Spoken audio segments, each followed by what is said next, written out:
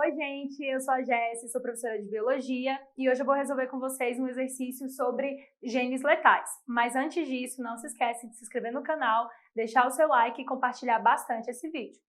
Olha só, na aula sobre casos especiais da primeira lei de Mendel, a gente viu que um dos casos eram genes ou alelos letais, que dizia que quando você tinha a homozigose ou do gene dominante ou do gene recessivo, o indivíduo morria tanto antes, durante o período da gestação, quanto depois do nascimento. Ou se não morria nesse período, nascia com alguma anomalia que levava ele à morte mais tarde. Então, no caso dos genes letais, coloquei um exemplo aqui, eu coloquei um exemplo para vocês lá sobre a pelagem em ratos. Aqui a gente vai usar o mesmo exemplo, só que mudando a coloração, tá? Então, lembrando que esse gene letal que a gente vai usar no exercício é um gene dominante. Então, significa que a homozigose do gene dominante é o que vai levar esse indivíduo à morte.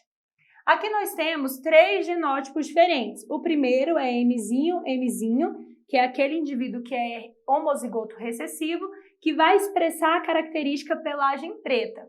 Temos também o heterozigoto, Mzão, Mzinho, que vai expressar a pelagem de cor marrom. E por último, nós temos o indivíduo homozigoto dominante, Mzão, Mzão. Esse daqui, gente, ele vai nascer morto ou vai morrer durante a gestação. Por quê? Porque a gente tem o gene letal que é dominante. Então, homozigose do gene dominante, o indivíduo nasce morto. Para o exercício, a gente precisa fazer o cruzamento entre ratos marrons. Então, qual que é o genótipo do marrom? É Mzão, Mzinho, cruzado com outro indivíduo marrom, Mzão, Mzinho. A primeira coisa que nós precisamos fazer é encontrar os gametas. Esse indivíduo aqui, que é Mzão, Mzinho, ele pode produzir um gameta que é Mzão e um gameta que é Mzinho. Já esse indivíduo aqui também vai produzir um gameta que é Mzão e um outro gameta aqui que é Mzinho. Então, aqui nós temos 2 gametas para esse primeiro indivíduo e 2 gametas para esse segundo indivíduo. Esse aqui pode ser a mãe e esse aqui pode ser o pai. Vamos utilizar novamente o quadro de Punnett para melhorar a visualização desses cruzamentos. Então, aqui nesse primeiro espaço, nós vamos dividir e colocar aqui as informações que vêm do pai e as informações que vêm da mãe. Lembrando que essa ordem não interfere em nada, mas metade tem que ser do pai e outra metade tem que ser da mãe. No primeiro momento aqui, a gente viu que formou 2 gametas para a mãe e 2 gametas para o pai.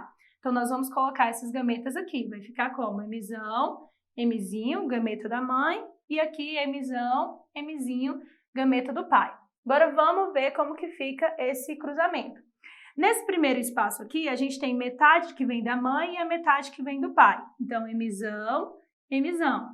Nesse segundo pedaço aqui, metade que vem da mãe, Mzão, e metade que vem do pai, Mzinho. Nesse terceiro aqui, a gente vai ter metade que vem da mãe e metade que vem do pai. Mas eu vou colocar Mzão, Mzinho, porque fica feio colocar Mzinho e Mzão, mas isso não influencia em nada.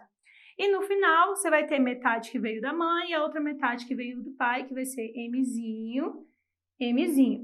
Beleza, pessoal. Agora a gente precisa saber qual vai ser o fenótipo desses indivíduos. Então, aqui nós vamos ter 25% de indivíduos que são Mzão, Mzão. Lembrando, esse indivíduo Mzão, ele vai ser um indivíduo morto. Por que ele vai ser morto? Porque a homozigose do gene dominante leva à morte do indivíduo, porque a gente está falando de um gene que é letal. Então, esse indivíduo aqui, ele já vai sair da contagem. Depois, nós vamos ter aqui um indivíduo que é Mzão, Mzinho, e outro indivíduo aqui embaixo que é Mzão, Mzinho. Esses 2 indivíduos aqui totalizam 50% de indivíduos que são heterozigotos, metade dominante e metade recessivo, expressando a característica, no caso aqui, dominante, que determina a cor marrom. E por último, nós vamos ter aqui uma pequena porcentagem de 25% de indivíduos que são recessivos, expressando o fenótipo preto. Ou seja, nós não temos o mesmo padrão da primeira lei de Mendel, que seria aquele 3:1, né? Por quê? Porque esse primeiro indivíduo aqui, ele é levado à morte por apresentar um gene letal. Beleza, pessoal? Qualquer dúvida, deixa aí nos comentários.